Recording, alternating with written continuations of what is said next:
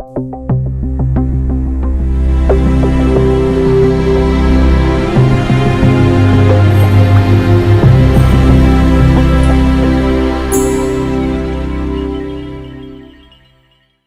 vamos a seguir con la lección número 23, que tiene como contenido la última parte del libro de Números. Con esto vamos a entrar ya en la fase final de nuestra explicación del libro de Pentateuco. Nos quedan 4 lecciones sobre Deuteronomio, que obviamente vamos a poner a continuación. Pero hoy vamos a terminar con el libro de Números. Y lo que tenemos por delante es, sin lugar a duda, uno de los pasajes más importantes de este cuarto libro de la Biblia. Es la historia de Balaam y de sus profecías. Ahora, la pregunta es, ¿quién es Balaam? Bueno, empezamos con su nombre. En hebreo, Baal-am significa el dueño del pueblo o el que se apodera del pueblo. Y una vez más, nos damos cuenta que el nombre de ese profeta, como tantos nombres en el Antiguo Testamento, realmente nos dilata un programa. Podemos decirlo que casi es un nombre profético, tal y como lo hemos tenido en tantas ocasiones en el Antiguo Testamento. La historia de Balaam realmente es una historia trágica, porque aquí aparece un hombre que obviamente tiene cierta relación con el Dios de Israel, sin realmente servirle de corazón, sino lo que tenemos la impresión es que lo hace porque Dios le obliga a hacerlo. A veces no le queda más remedio que decir las cosas que en realidad no debería decir. Y para decirlo ya muy claramente, sabemos todos que él fue alquilado precisamente con la intención de maldecir a los israelitas. Realmente nos damos cuenta que aquellos que se le enfrentaron a los israelitas no tenían los medios militares para derrotar a los que habían salido de Egipto, y por lo tanto ahora queda un arma que para nosotros hoy en día parece un tanto absurdo, pero no si realmente creemos en el hecho de que Dios es un Dios poderoso. Ahora, la equivocación radica en el hecho de que nosotros, con nuestra forma de invocar a ese Dios, podamos de alguna manera ganarle para nuestros fines. En otras palabras, reducimos a Dios simplemente a un siervo que tiene que hacer las cosas que nosotros queremos que haga. Y esto es una cierta actitud que podríamos llamarla supersticiosa. Realmente Dios, entre comillas, no funciona así, sino obviamente tiene sus propios planes. Y nos damos cuenta que después de fallar la primera estrategia de maldecir al pueblo, porque en vez de maldecir, Balaam bendice a los israelitas, él recurre a una segunda estrategia con bastante más éxito, y leemos en el capítulo 31 del libro de Números, en el versículo 16, y aquí por consejo de Balaam, Elías fueran causa de que los hijos de Israel prevaricasen contra Yahvé en lo tocante a Baal peor, por lo que hubo mortandad en la congregación de Yahvé. Entonces, aquí estamos hablando de una serie de mujeres paganas que seducen a los israelitas a cometer adulterio y todo tipo de pecados sexuales, y esto finalmente lleva a Israel a una derrota seria. Entonces, esto son solamente unos pocos versículos que mencionan esto y con frecuencia se pasa por alto este hecho que finalmente su estrategia tenía cierto éxito, aunque no en el sentido como originalmente fue previsto. Balaam era de Petor, una ciudad en el norte de Mesopotamia, cerca del río Eufrates. El capítulo 22, versículo 5, nos habla de este hecho, cuando dice, por tanto, envió mensajeros a Balaam, hijo de Beor, en Petor, que está junto al río, en la tierra de los hijos de su pueblo, para que lo llamasen, diciendo, un pueblo ha salido de Egipto y aquí cubre la faz de la tierra y habita delante de mí. Entonces, esto ocurre por mandato de Balac, y Balac quería de esa manera evitar que los israelitas consiguieron realmente esa victoria que estaba ya anunciada. Bueno, él tenía, como ya decía, una cierta relación con Dios. Conocía a ese Dios de Israel, pero no en un sentido que realmente debería llevarnos a la conclusión de considerarle creyente. Sus poderes sobrenaturales, vamos a decirlo así, eran altamente estimados por los moabitas y los madianitas, que eran, como sabemos, primos lejanos de los israelitas. Acabamos de leer el versículo. Bueno, sin lugar a duda, se trata de uno de los personajes más misteriosos y extraños de la Biblia. Y hasta el día de hoy algunos se preguntan, ¿hay que considerarle de verdad un profeta de Dios o es meramente un adivino en cuya boca el Señor pone sus palabras? Bueno, queda claro que él tenía cierta comunión con Dios. Si leemos los versículos 8 al 12 del capítulo 22, eso queda bastante claro. Sabía algo de justicia divina. Eso nos indica un versículo en Miqueas, capítulo 6, versículo 5. Y además sabía algo de la vida después de que termine esta vida. Capítulo 23, versículo 10 del libro de Números indica en esa dirección. Y oía los dichos de Dios, veía la visión del Omnipotente, como él mismo dice en el 24:4, y realmente siente, obviamente, una obligación de decir lo que Dios quiere que él diga, y no las cosas por las cuales le habían pagado. Así que podemos decir que él obviamente fue usado de parte de Dios como profeta, pero su conocimiento de Dios estaba enturbiado en cierta medida por los conceptos paganos. Entonces lo que aquí tenemos realmente es una mezcla peligrosa entre, por un lado, un verdadero conocimiento de Dios y por otro lado, elementos paganos. Y esto le hace particularmente peligroso, porque tiene afinidades con ambas partes.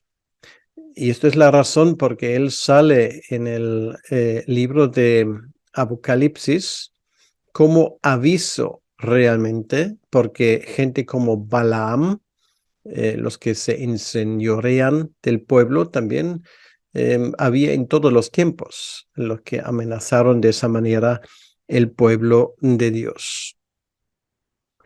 Entonces, Balac, y estamos hablando del capítulo 22 del libro de Números, temía a los israelitas y de acuerdo con los madianitas, él envió a Balaam el mensaje de que viniera a maldecir a Israel. Por cierto, es así, es un hecho que así sucede muchas veces, que el adversario quiere encontrar un creyente para usarlo contra el avance del pueblo de Dios. Y cuando digo creyente, lo digo con ciertas dudas, y ya lo he expuesto el por qué en cuanto a Balaam. Al inicio, Balaam se niega a ir con la delegación de Balac, porque Dios había prohibido maldecir a Israel, pues ellos eran el pueblo bendito, obviamente. Pero al ver la segunda delegación, compuesta de personajes importantes de aquel tiempo, nuevamente preguntó a Dios, pues deseaba maldecir a Israel para recibir la paga de Balac. Aquí vemos que él era simplemente un profeta de alquiler. Él hacía lo que le daba cierta ganancia, y no le importaba realmente el objeto de sus maldiciones. Él no tenía obviamente un entendimiento del plan de salvación de Dios, ni la intención que Dios tenía con los israelitas.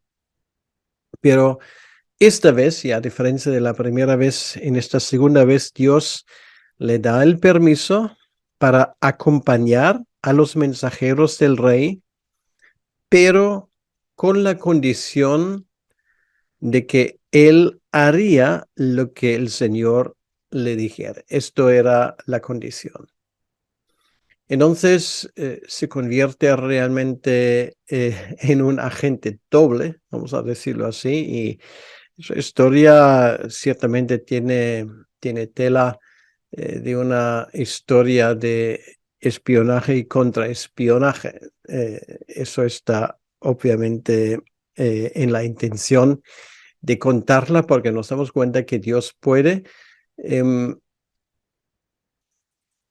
convertir en su contrario los intentos del mundo para entorpecer su obra. Bueno, surgen obviamente algunas preguntas en cuanto al incidente en que el ángel del Señor estorbaba el viaje del profeta, y ya lo dijimos varias veces en otras lecciones. Ese ángel del Señor no es otro que una preencarnación de la segunda persona de la Trinidad de Dios el Hijo. Ahora, la pregunta que surge naturalmente es: ¿cambió Dios de idea al permitir que Balaam acompañara la segunda delegación moabita cuando le había advertido que no fuera con la primera? O sea, ¿es Dios cambiante de opinión? Y luego se arrepintió Dios de haberle dado permiso y por eso envió el ángel para detenerle. Bueno, realmente la respuesta se encuentra en el capítulo 23, el versículo 19, donde dice: Dios no es hombre para que mienta, ni hijo de hombre para que se arrepienta. Él dijo y no hará, habló y no lo ejecutará. O sea, ese mismo versículo resuelve esa duda. Bueno, parece a primera vista que no fuera la voluntad de Dios que Balaam fuera con ellos, sino su voluntad, vamos a llamarlo, algunos le llaman su voluntad permisiva. Posiblemente permitió que Balaam acompañara a los moabitas para demostrar a Balac el carácter singular de Israel y el poder divino para frustrar toda adivinación contra el pueblo de Dios. O sea, queda claro de esa historia. O sea, esto es un mensaje más bien para Balaam, que por un lado, este encargo que él había recibido es un encargo que atenta contra los planes de Dios, Pero por otro lado, que Dios de ninguna manera deja que estos planes se lleven a cabo. De todos modos, no podremos sacar la conclusión de que Dios es cambiante de opinión, aunque a nosotros, desde nuestro punto de vista, nos parezca, porque a veces con ese tipo de actuaciones, Dios tiene un fin pedagógico, o sea, nos quiere enseñar algo. Esto es la idea que hay detrás. Entonces Balaam fue reprendido porque interpretó el permiso divino de ir con los príncipes como si fuera permiso de maldecir a Israel. Y esto obviamente fue motivado por el dinero de Balac. Y luego hay otra cosa que también nos llama obviamente la atención y por eso también quiero darle cierta atención. Y eso tiene que ver con la asna de Balaam. ¿Cómo es posible que este animal hablara? El animal no es capaz de hablar ni de razonar por naturaleza. Y es evidente que en ese caso estamos hablando de un auténtico milagro de Dios. Ahora, por otro lado, desde las primeras páginas de la Biblia nos damos cuenta de una cosa. Si Satanás podía hablar a través de la serpiente en el jardín de Edén, ¿acaso Dios no puede hablar por un asno? En todo este incidente, Dios enseña a Balaam que solo le es permitido hablar lo que él mismo transmite. Quiere decir que Dios, bueno, voy a decirlo así, le usa a Balaam con o para sus propios propósitos. Esto es la idea. Entonces, hablamos un poco de las profecías de Balaam. Los que tenemos en el capítulo 23 y 24 son varios, como podemos ver. De hecho, en los 4 profecías que él da, él prognostica y predice la prosperidad futura de Israel y la destrucción de sus enemigos. Entonces, para el rey Balac, eso le debe de haber sentado como un tiro, porque obviamente esto no es la razón o no es porque había alquilado a Balaam. Las profecías de Balaam son las siguientes. Voy a resumirlo. La primera del capítulo 23, del 7 al 10, donde él dice claramente que Israel no es meramente una nación entre muchas naciones, sino que es un pueblo santo, que es un pueblo que vive aparte. Gozaría de la gran bendición de tener una descendencia numerosa. Y esto, bueno, se cumplió de doble manera, de una forma menor, porque efectivamente había un crecimiento numérico en el pueblo de Israel, pero obviamente esto es una bendición que va en la línea de la bendición que Dios pronunció en su momento sobre Abraham y que se cumplió, según Pablo indica en Gálatas 3:29, en esa idea de que Jesucristo realmente es aquel que en la gran comisión consigue que esa promesa dada a Abraham realmente haga un impacto enorme. La segunda profecía se centra en el hecho de que Dios es inmutable y no cambia de idea. Esa la tenemos en el capítulo 23, en los versículos 18 al 24. O sea, Dios es inmutable, no cambia de idea como los hombres y por lo tanto bendeciría a Israel dándole fuerza irresistible para derrotar a sus enemigos. Dios No veía lo malo en Israel, pues veía a los israelitas a través del pacto que él había hecho con ellos, y las maldiciones y adivinaciones no surtirían efecto contra su pueblo.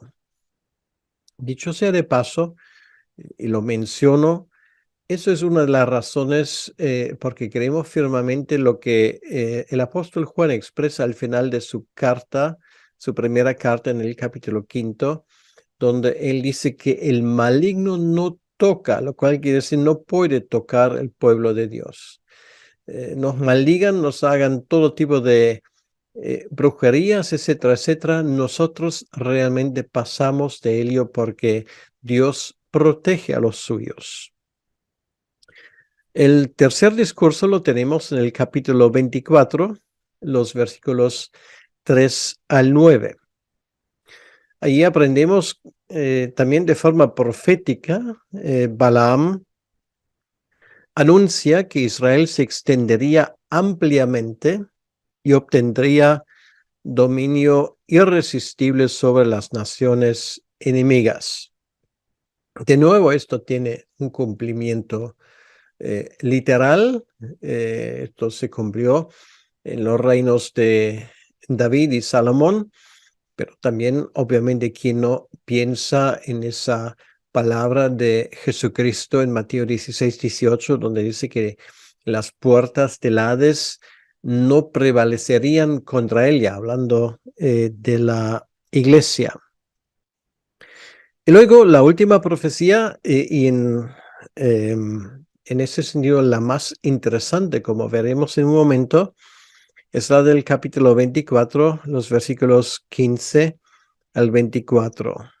Y allí el centro de esa profecía tiene un elemento mesiánico. Allí aprendemos que algún día se levantaría en un futuro lejano un rey brillante en Israel, quien conquistaría a Moab y a Edom. Entonces, Amalek finalmente sería arruinado eternamente y hasta Asiria perecería. Bueno, esa profecía, por ser una de las los 4 grandes profecías mesiánicas en el Pentateuco, vamos a leerla. La tenemos en el 24, en 17, donde dice: lo veré, mas no ahora, lo miraré, mas no de cerca.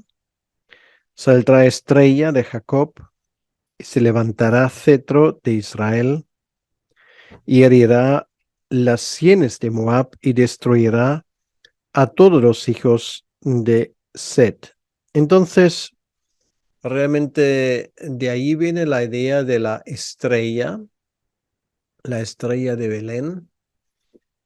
Hay una conexión, la cual ahora no puedo profundizar, entre el conocimiento que tenía en cuanto a la venida del profeta Balaam y luego el profeta Daniel, y luego la venida de los magoi, de los sabios de Oriente que acuden después del nacimiento del Señor a Jerusalén y luego a Belén.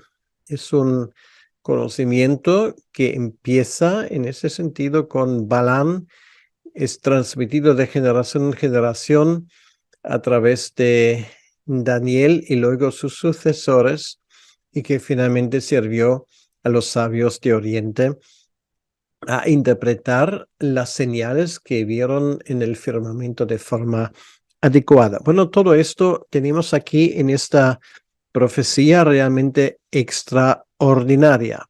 Bueno, esta estrella se refiere obviamente al Mesías.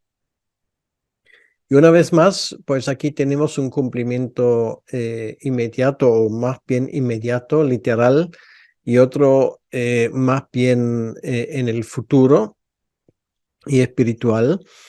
Esto se cumplió literalmente en los tiempos del rey David, cuando leemos en 2 Samuel 8:2 y 8:14, como él conquista a Moab y a Edom precisamente. Pero luego tiene, por supuesto, otro elemento, y esto se refiere al Mesías, a Jesucristo. En ese contexto, la palabra estrella significa un gobernador brillante y obviamente nos damos cuenta de una cosa, que en el Oriente Antiguo ciertas estrellas o planetas eran signos que conllevaban un mensaje. Bueno, de hecho, sobre ese tema yo publiqué en su momento un libro que está disponible hasta el día de hoy a través de Amazon, y se titula Cuando los cielos hablan.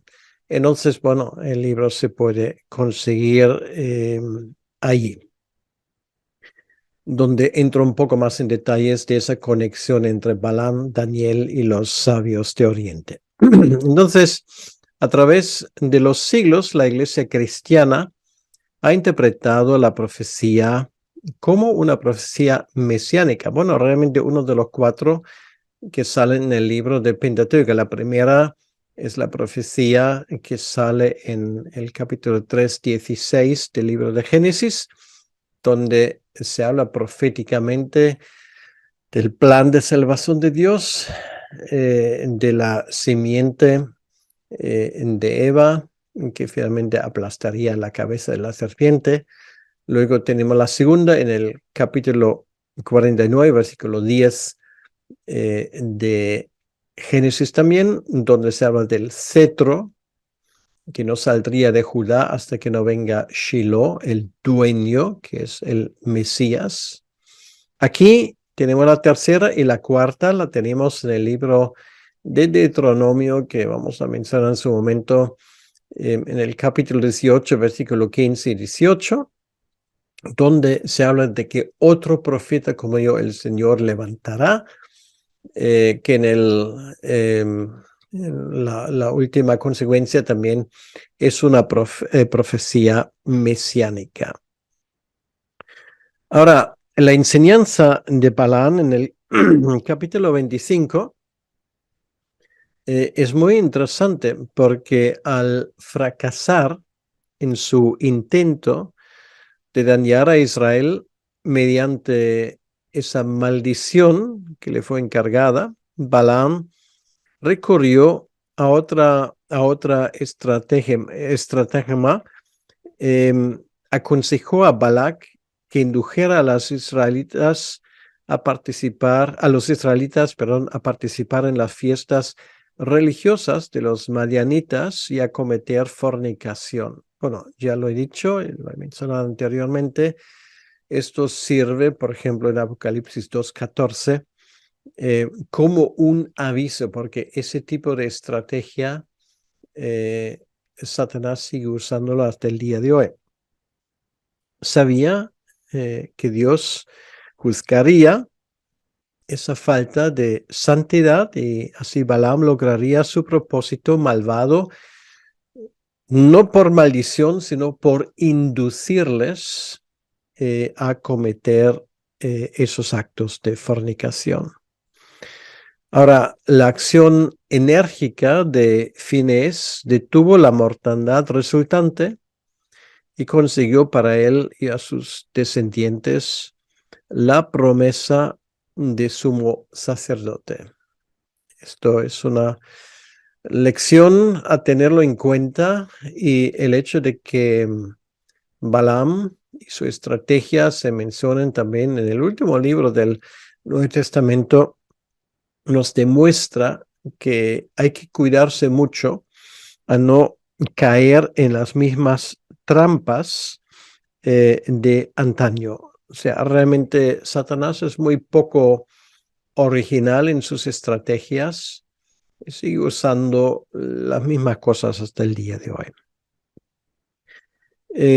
Si usted me permite, me gustaría por lo menos ser algo práctico y hacer 5 breves aplicaciones de esta historia. En primer lugar, Balaam representa el creyente que cumple la letra de la ley, pero transgrede o viola su espíritu. No hablaría lo que Dios no le dijera, pero sí quería hacer lo malo. Entonces, esto nos damos cuenta que finalmente Balaam sale con la suya, en el sentido de que causa un daño importante a los israelitas. Quiso que Dios cambiara de idea y que le permitiera hacer su propia voluntad. Y luego, al no poder maldecir al pueblo de Dios de palabra, buscó dañarlo, enseñando a los madianitas a poner tropiezos delante de ellos. La segunda lección que saco, que es una muestra de un profeta de alquiler, un asalariado que quiere sacarle plata a su don. O sea, él amó el premio de la maldad, dice 2 de Pedro 2:15, comentando sobre esto. El dinero, el afán por el dinero puede estropear de forma completa un ministerio, y sírvanos esto como un aviso muy serio. En tercer lugar, Balaam, en su trato con los madianitas, ilustra la mala influencia de los maestros insinceros que procuran adelantar la causa de la iglesia, aconsejándole hacer alianza con el mundo y los mundanos. Y de nuevo, eso tiene una aplicación tremenda para nosotros hoy. ¿Cuántas voces no hay que nos aconsejan de entrar en este espíritu que envuelve el mundo, supuestamente con el fin de tener más posibilidades para el testimonio? Pero realmente esto hace que la iglesia pierde su identidad y el creyente individual, y nuestro testimonio supuesto se está disipando y se queda en nada.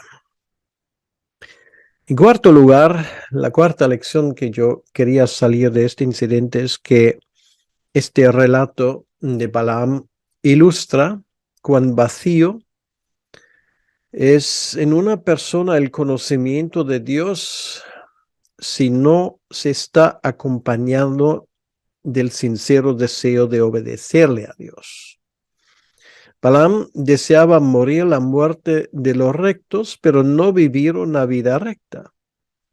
En consecuencia, y eso también es muy importante, lo vemos más adelante en el capítulo 31:8, él muere a manos de los israelitas en la guerra contra Madián.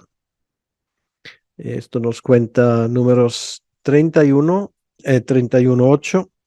Mataron también entre los muertos de ellos a los reyes de Madián, Evi, Rekem, Zur, Hur, Reba, 5 reyes de Madián. También a Balaam, hijo de Beor, mataron a espada. Entonces, esto es el triste final de un hombre con una actitud mental de dobleces. Y como último, la última lección que me gustaría sacar es que nos enseña que nada puede prevalecer contra los propósitos de Dios ni contra su pueblo. Los planes de Dios son incambiables, y eso también es una gran lección. Pase lo que pase en este mundo, los planes de Dios prevalecerán para siempre. Bien, con esto entramos ya en el tramo final del libro de Números. Estamos ya en una fase donde los israelitas de forma definitiva se preparan para entrar en Canaán. Moisés hizo esos preparativos, y también Moisés ya se daba cuenta que para él personalmente no sería posible entrar en ese país. La generación que había sido contada en el primer censo ya habían muerto, con excepción de Moisés, Josué y Caleb. Y Moisés, bueno, también estaba a punto de despedirse. Y por lo tanto, en el capítulo 26 se nos relata cómo los israelitas hacen nuevas listas, y estos censos son censos militares. Lo sabemos por el hecho de que solamente se cuentan las personas mayores de 20 y menores de 60 años. Y este segundo censo que se hace ahora indica que el número total de los israelitas no había disminuido mucho. Eran un cuanto menos, había 2,000 hombres menos que en el primer censo hace 39 años. Entonces nos damos cuenta que en esos años la población de los israelitas queda estable, pero eso de quedar estable quiere decir que no ha aumentado, quiere decir que había una mortandad importante en esa generación.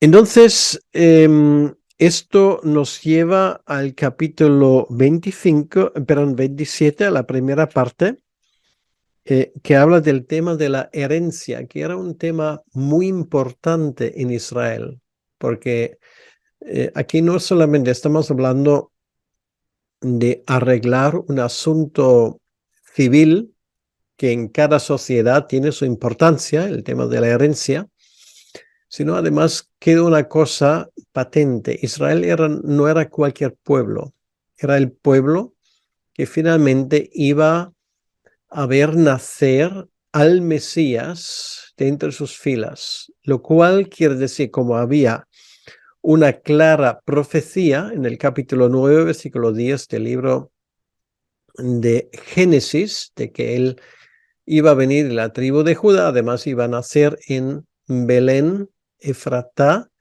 Entonces, para que esa profecía no quede diluida a través de los siglos, porque hay una distancia de 1400 y pico años entre la profecía y el nacimiento del Mesías, entonces harían falta reglas claras para establecer el tema de la herencia. Y lo que aquí aprendemos en el capítulo 27, en los versículos 1 al 11, es que en el caso de no haber herederos varones en una familia, entonces las hijas del difunto tendrían derecho de heredar. Entonces, esto es muy importante para que esta herencia no quede de repente, digamos, para otra familia o para otra tribu. Una vez más lo digo, estas leyes de herencia eran muy importantes, leyes de herencia de la tierra, muy importantes para el tema de la venida del Mesías. Y luego en lo que sigue a continuación, tenemos allí el nombramiento del sucesor de Moisés. Lo tenemos en el capítulo 27, a partir del versículo 12, donde dice: Yahvé dijo a Moisés: sube a este monte Abarim y verás la tierra que he dado a los hijos de Israel. Y después que la hayas visto, tú también serás reunido a tu pueblo, como fue reunido tu hermano Aarón. Y luego Dios dice al Señor en el versículo 16: ponga Yahvé, Dios de los espíritus de toda carne, un varón sobre la congregación, que salga delante de ellos y que entre delante de ellos, que los saque y los introduzca, para que la congregación de Yahvé no sea como ovejas sin pastor. Y ahora, pues realmente llegamos a quién sería ese sucesor. Versículo 18, Yahvé dijo a Moisés: toma a Josué, hijo de Nun, varón en el cual hay espíritu, y pondrás tu mano sobre él. Y lo pondrás delante del sacerdote Eleazar y delante de toda la congregación, y le darás el cargo en presencia de ellos. Entonces es Dios quien elige el sucesor, no es Moisés. Y con eso ese asunto queda claramente establecido. En otras palabras, le había llegado a Moisés el momento de morir y porque cuando hirió la peña 2 veces, Moisés perdió los estribos, perdió la paciencia, se enfadó y habló con enojo, arrogándose y atribuyéndose a sí mismo la gloria. Ahora, sin embargo, demuestra otro espíritu. Él se somete al juicio de Dios sin pensar en sí mismo. Y su única solicitud fue por el bienestar del pueblo y especialmente porque Dios designara un dirigente que fuera un verdadero pastor para el rebaño. Eso lo tenemos en el capítulo 27, el versículo 16 y 17. Ahora, ¿por qué Moisés no dejó todo en las manos de Dios confiando que los israelitas elegirían sabiamente a su sucesor? Reconocía Moisés que tanto su propio criterio como el del pueblo podían estar equivocados. Era una época crítica, pues Moisés había ocupado el cargo durante un periodo muy largo.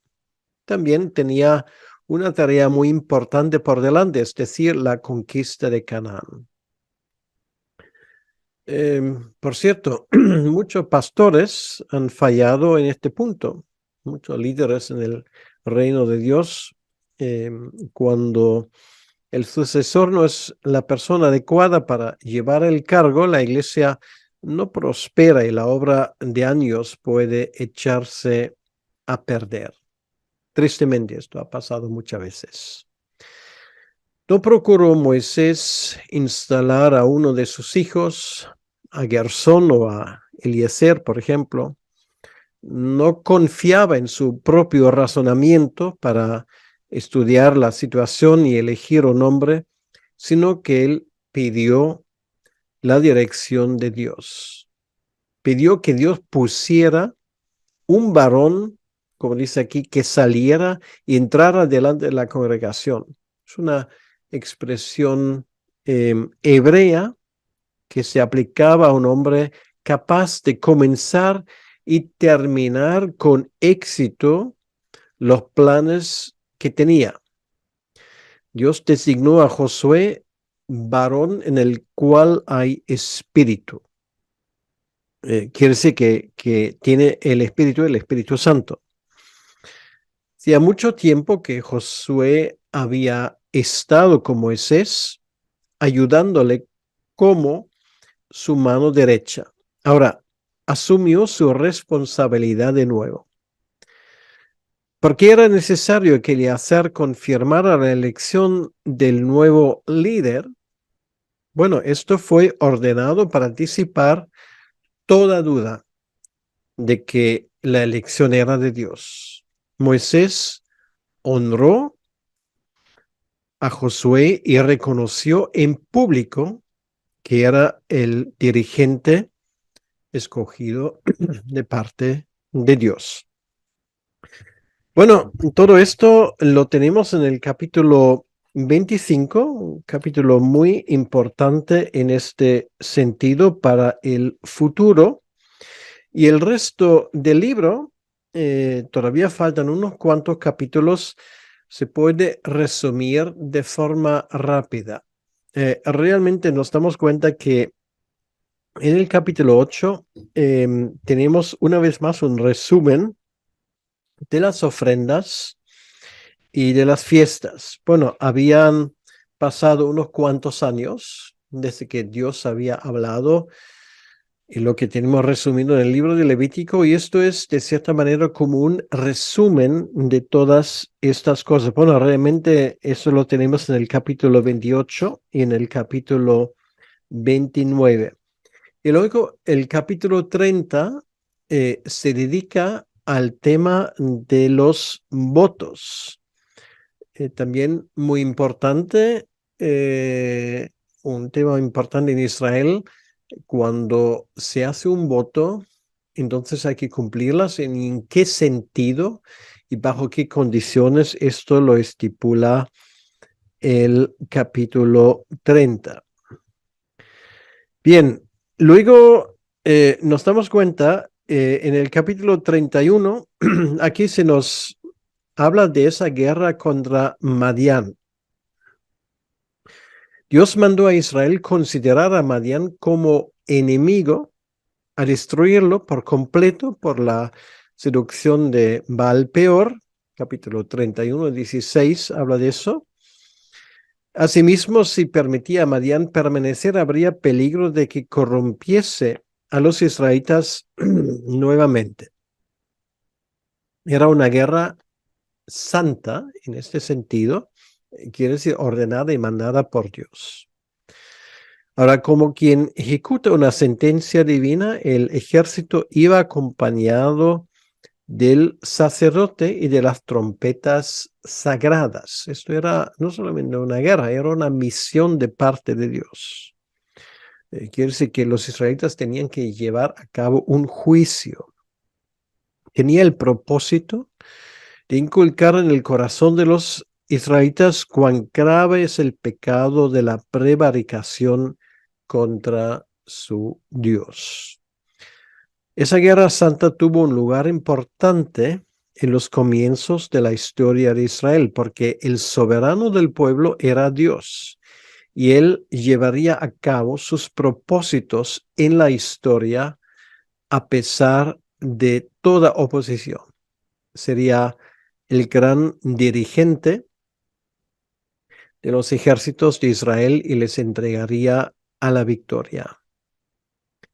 Pero una parte de los cautivos y el botín le pertenecía y habría de ser entregada a los sacerdotes y levitas. En este caso de Madián, una parte de la nación se escapó y más tarde, efectivamente, llegó a ser un gran opresor de Israel. Esto lo leemos en Jueces, en los capítulos 6 al 8. O sea, una vez más vemos aquí la desobediencia del pueblo de Israel. Y esto nos lleva al capítulo 32, la división de los territorios más allá del río Jordán.